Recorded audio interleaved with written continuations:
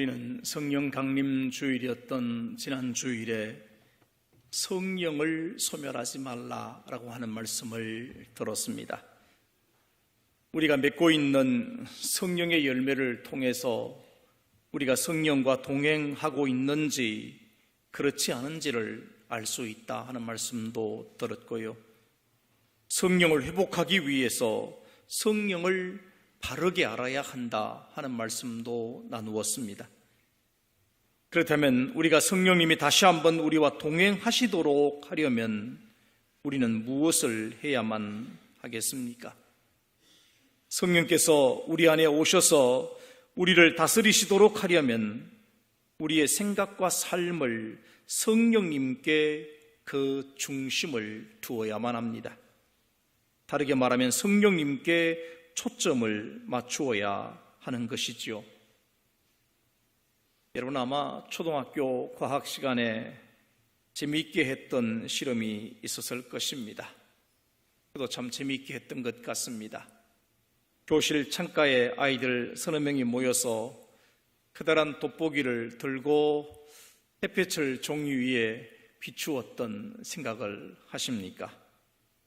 초점이 잘 맞으면 그 종이가 새까맣게 타 들어가지만 그렇지 않으면 전혀 변화가 없게 되죠. 이 실험에는 굉장한 집중력이 요구되었습니다. 누군가가 장난을 친다거나 흔들린다거나 초점이 맞지 않으면 결코 성공할 수 없는 그런 실험입니다. 여러분, 중심을 벗어났다든가 초점이 빗나갔다는 말은 다르게 말하면 집중되지 못했다는 뜻입니다. 오늘 우리가 성령님께 집중하고 초점을 맞춰야 하는 분명한 이유가 있습니다. 본문 30절을 보십시오. 하나님의 성령을 근심하게 하지 말라. 그 안에서 너희가 구원의 날까지 인치심을 받았느니라. 여러분, 우리 그리스도인들에게 있어서 성령님은 어떤 분이십니까? 성령은 우리가 구원에 이르도록 인치는 분이라고 말씀합니다. 하나님을 아버지라고 부를 수 있도록 이끌어주시고 예수 그리스도가 우리의 구세주이심을 알게 하시고 고백하도록 이끄시는 분이 성령이십니다. 우리 믿음의 핵심인 구원 사역은 결국 성령의 인도하심 안에 있다는 말씀입니다. 그러므로 성령을 근심하게 하지 말라라고 말씀하시는 것입니다. 성령을 근심하게 한다는 것은 성령께서 우리와 동행하지 못하게 하는 일이기에 매우 심각한 일입니다. 그렇다면 성령이 근심하시는 일은 무엇이며 또 성령과 동행하는 삶의 모습은 무엇이겠습니까? 먼저 성령이 근심하는 일에 대해서 오늘 본문 31절은 이렇게 말씀을 하십니다. 너희는 모든 악독과 노함과 분냄과 떠드는 것과 비방하는 것을 모든 악의와 함께 버리고 라고 했습니다. 그리고 성령이 근심하시는 것은 죄와 악입니다. 악독, 노함, 분냄, 떠드는 것, 비방, 악한 의도 이와 같은 것들이죠. 성령님은 민감하시기 때문에 우리의 죄와 함께 하시지 않으십니다. 그러므로 우리는 이제 성령님께 중심을 두고 성령님께 초점을 맞추고 성령님께 집중해야만 하는 것입니다. 그럼 이 같은 삶을 살아가려면 우리가 어떻게 해야 되겠습니까? 첫 번째는 성령께 집중하지 못하게 하는 장애물을 제거해야만 합니다. 우리는 구약 성경 요나서에 나오는 요나의 이야기를 잘 알고 있습니다. 요나는 하나님의 부르심을 받고 니느웨로 가서 하나님의 심판을 선포하는 사명을 받았습니다. 그런데 요나는 적국의 수도였던 니느웨가 회개하고 구원받는 것이 옳지 않다고 생각을 해서 다시스로 가는 배를 타고 도망칩니다. 그러다가 풍랑을 만나 바다에 던져지고 커다란 물고기의 뱃속에서 회개를 하고 다시 니느웨로 가서 하나님의 심판을 외치게 됩니다. 그렇지만 여전히 요나의 마음은 불편했습니다. 그래서 사흘길을 다니며 외쳐야만 했지만 요나는 겨우 하루길만 다니고 말아버립니다. 그러나 놀랍게도 니느웨의 백성들은 요나의 외침을 듣고 회개하고 하나님의 구원의 은총을 입습니다. 이 과정 속에 나타난 요나의 생각, 요나의 사고방식은 잘못된 그리스도인의 생각을 그대로 보여줍니다. 요나서 1장 2절을 보면 하나님은 이렇게 말씀을 하십니다. 너는 일어나 저 큰 성읍 니느웨로 가서 그것을 향하여 외치라. 그 악독이 내 앞에 상달되었음이니라 하시니라. 그런데 요나는 이 명령을 거부합니다. 왜냐하면 요나의 사고방식에 의하면 이 이방인들은 경고의 대상이 아니라 멸망의 대상이었기 때문입니다. 요나는 이렇게 생각을 했습니다. 하나님의 선민은 이스라엘 백성들은 구원받아야 하지만 이방인들은 모두 다 멸망해야만 된다고 생각했습니다. 그리고 요나는 자신의 계획이 순조롭게 진행되는 것으로 자신의 행위를 정당화시킵니다. 요나서 1장 3절을 보면 요나가 여호와의 얼굴을 피하려고 일어나 다시스로 도망하려 하여 욥바로 내려갔더니 마침 다시스로 가는 배를 만난지라. 여호와의 얼굴을 피하여 그들과 함께 다시스로 가려고 뱃삭을 주고 배에 올랐더라. 요나는 지금 하나님의 뜻을 거슬러서 도망치는 계획이 너무 순조롭게 진행되었기 때문에 아무런 문제가 없을 것으로 생각했습니다. 여러분, 참 위험한 것은 사람들은 지금 하는 일이 순조로우면 하나님의 뜻을 벗어난다고 하더라도 괜찮다라고 생각한다는 것입니다. 그러나 결국 이 일은 요나가 마주하게 될 엄청난 어려움의 서곡이 되고 맙니다. 그러니까 흥미로운 점은 요나가 탄 배가 풍랑을 만나서 위기에 처하고 제비 뽑기를 했을 때 요나가 뽑힙니다. 그때 요나가 뭐라고 하신지 아십니까? 그가 대답하되 나는 히브리 사람이요 바다와 육지를 지으신 하늘의 하나님 여호와를 경외하는 자로라 하고, 요나는 지금 잘못된 결정을 하고 그로 인해서 어려움을 겪고 있습니다. 다른 사람도 어려움에 처하게 만들었습니다. 그러면서도 자신은 여전히 하나님을 경외하고 있다고 말하고 있다는 것이죠. 이 같은 요나의 모습은 그리스도인들이 종종 행하는 오류의 대표적인 모습입니다.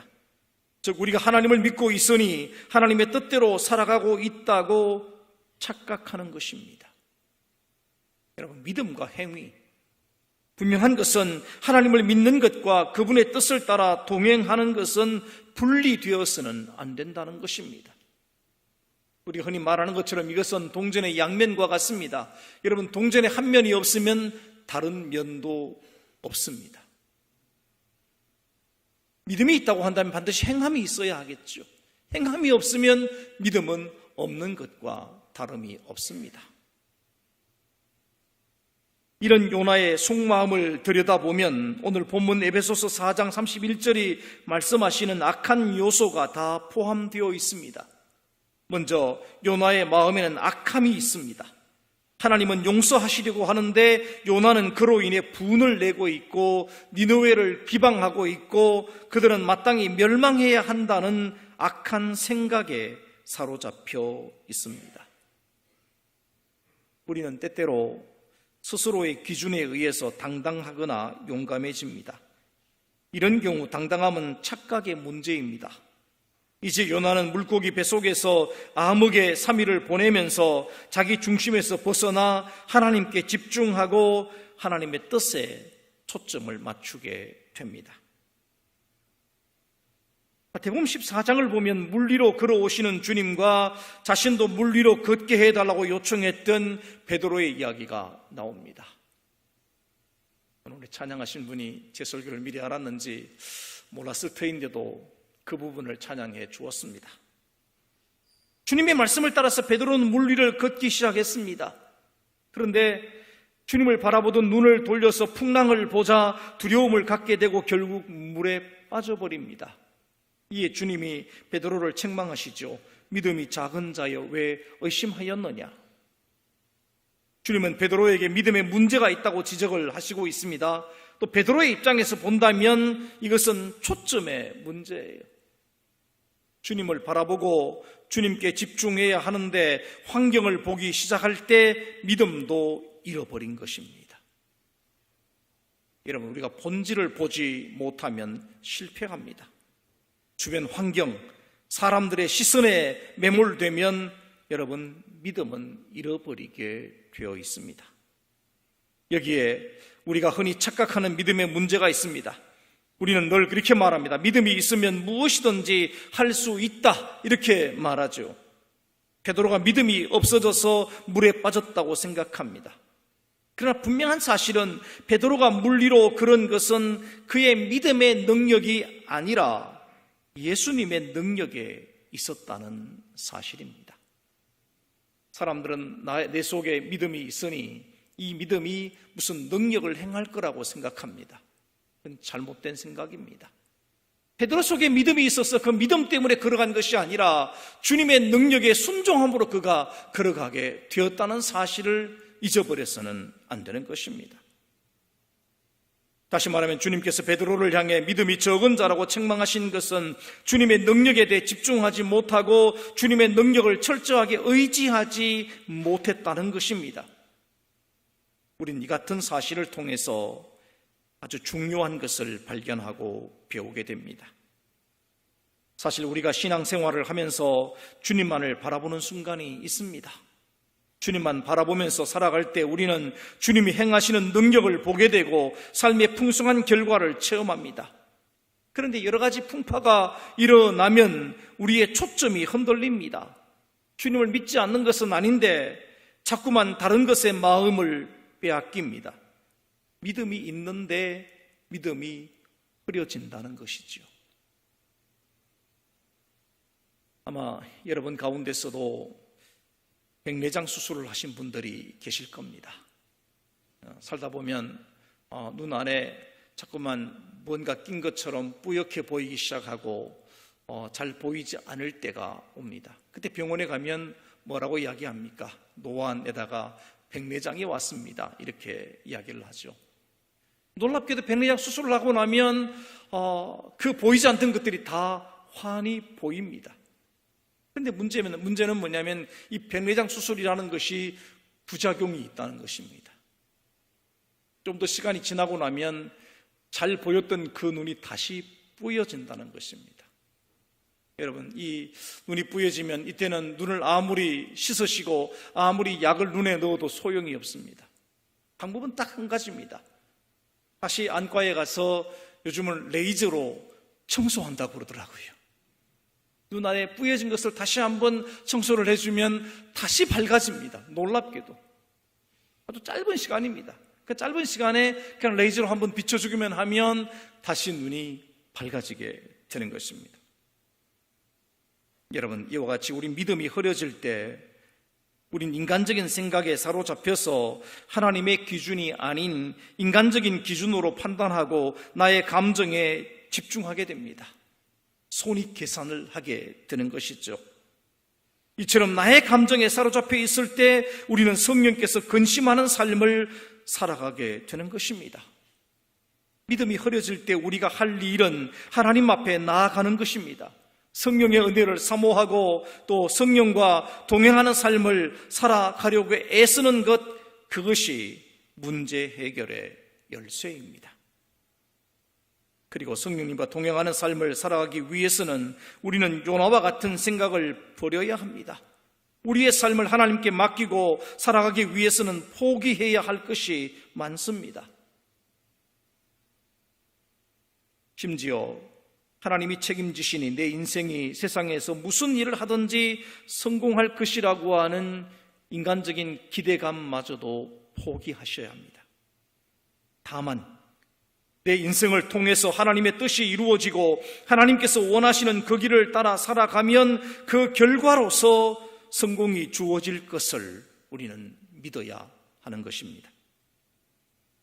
베드로가 주님께 집중하지 못하게 막았던 풍랑처럼 우리 인생의 풍랑조차도 보지 않겠다는 결단이 필요하고 내 마음의 불안과 염려를 가져다주는 모든 것을 십자가 앞에 내려놓고 오직 주님께 집중하고 성령께 집중하는 삶을 살아가겠다는 결단이 우리에게 있어져야 하는 것입니다.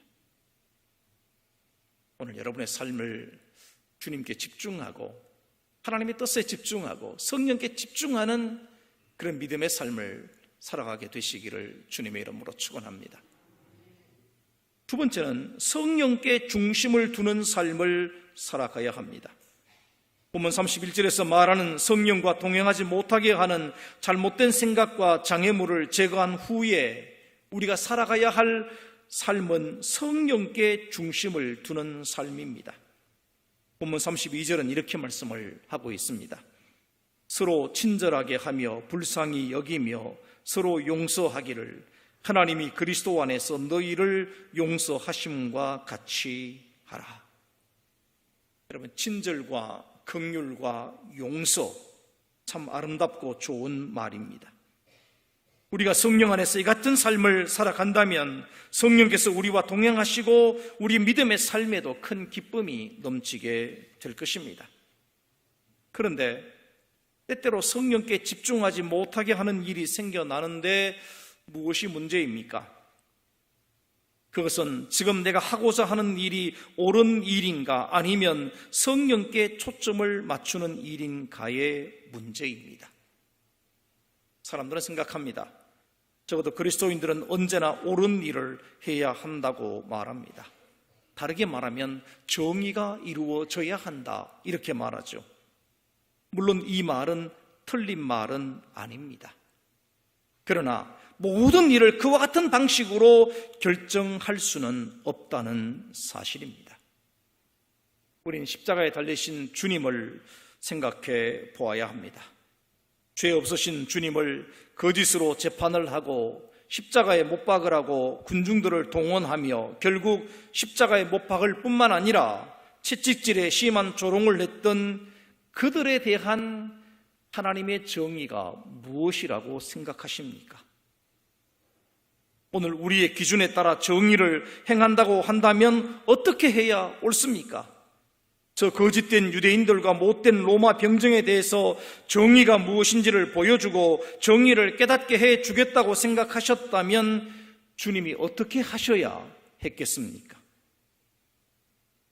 여러분, 어떻게 하는 것이 옳은 일입니까?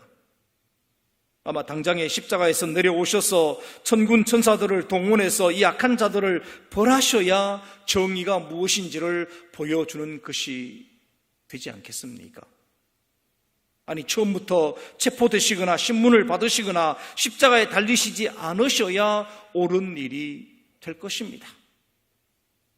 그런데 주님은 끝까지 십자가에서 내려오시지 않으셨어요.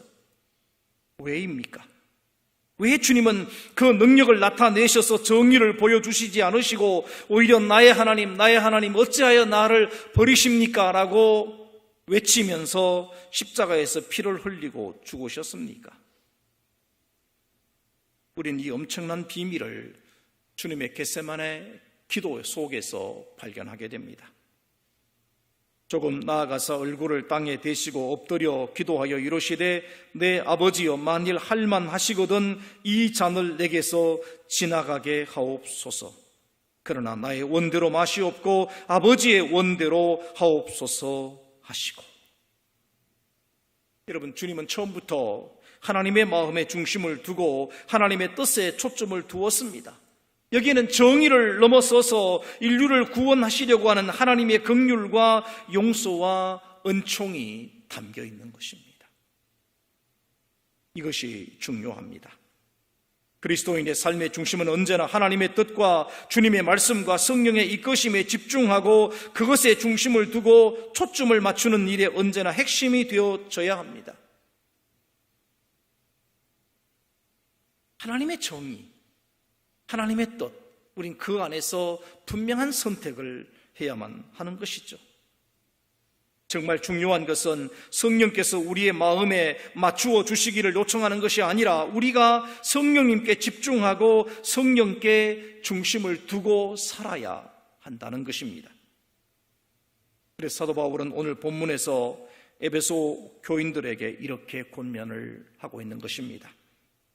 너희는 모든 악독과 노함과 분냄과 떠드는 것과 비방하는 것을 모든 악의와 함께 버리고 서로 친절하며 불쌍히 여기며 서로 용서하기를 하나님이 그리스도 안에서 너희를 용서하심과 같이 하라. 여러분, 우리가 누구를 용서하지 못한다면 용서하지 못할 이유가 있습니다. 그게 분명한 정당한 이유가 있을 것입니다. 화를 내는 것은 언제나 이유가 있는 것이죠. 아무런 이유 없이 화를 낸다면 그는 좀 문제가 심각한 사람일 겁니다. 하지만 우리의 분냄과 잘못된 삶으로 인해서 성령님이 우리를 떠나가신다면 그것은 더욱 큰 문제가 되는 것입니다. 문제는 성령님이 우리를 떠나가셔도 우리가 모를 수 있다는 것입니다. 물론 예수 믿는 우리가 구원을 받지 못하는 것은 아닐지라도 성령께서 함께 하시지 않는다면 하나님의 일에 쓰임받을 수 없다는 사실입니다. 오늘 우리가 성령님께 중심을 두고 성령께 초점을 맞출 때 우리가 쓰임받고 있다는 것을 아주 강하게 깨닫게 될 것입니다. 성령께 중심을 두라. 성령께 중심을 두고 성령의 초점을 맞추고 살아간다는 것은 결코 쉽지 않은 일입니다. 그러나 분명한 사실은 성령께 중심을 둘 때 우리의 삶은 기쁨과 감사와 행복의 삶이 된다는 것입니다. 혹시 우리가 믿음의 삶을 살고 있으면서도 내 삶에 언제나 기쁨보다는 그런 아픔과 고통과 여러 가지 고민과 번민이 가득 차 있다면 한 번쯤은 생각하셔야 됩니다. 내 삶의 중심이 어디에 있는가? 베드로처럼 주님을 보고 있는가, 아니면 풍랑을 보고 있는지를 생각해야 되고 내 삶이 정말 주님께 집중하고 있는가를 돌아볼 필요가 있습니다. 성령께 중심을 두는 삶이 참 그리스도인의 삶이라면 우리가 해야 할 일은 너무나 분명해집니다. 그것은 먼저 성령의 임재하시기를 사모하고 그것을 위해 기도하셔야 합니다. 초대교회가 성령 임재로 시작된 것은 아주 분명한 이유가 있습니다. 그것은 성령이 교회를 세우시고 교회를 이끌어 가시기 때문입니다. 그래서 오순절 성령 강림 이후에야 하나님의 교회가 시작이 된 것입니다. 사도행전 2장에서 보여주고 있는 것처럼 초대교회가 놀랍고 아름다운 모습을 보여준 것도 분명한 이유가 있습니다. 여러분, 그들은요 성령께 집중하고 성령의 인도하심에 순종하는 삶을 살아갔기 때문에 아름다운 신앙의 모습을 우리에게 보여주고 있는 것입니다. 사랑하는 성도 여러분, 성령께 중심을 두고 성령께 집중하는 삶을 살아가시기를 바랍니다. 성령의 임재와 인도하심을 위해서 기도하시기를 바랍니다. 성령의 이끄심 속에서 세워지는 성도가 되고 또 우리 수원교회가 되기를 주님의 이름으로 축원합니다. 기도하겠습니다. 거룩하신 아버지 하나님, 우리를 불러 하나님의 거룩한 백성으로 삼아주시고 우리에게 성령을 보내주셔서 하나님을 아버지로 예수 그리스도를 나의 구주로 고백하게 하시오니 감사합니다. 그러나 저희들 성령님께 우리 마음을 드리지 못하고 성령님의 감동하심에 우리가 순종하지 못하고 나의 고집과 내 생각으로 살아갈 때가 너무나 많습니다. 주님, 우리를 다시 한번 긍휼히 여겨 주옵소서. 성령께 집중하고 주님께 집중하고 말씀에 우리 마음을 모을 수 있도록 우리를 주장하여 주옵소서. 그리함으로 날마다 주님의 성령과 동행하는 아름다운 믿음의 삶을 살아갈 수 있도록 은혜 내려 주시옵소서. 예수님의 이름으로 기도하옵나이다. 아멘.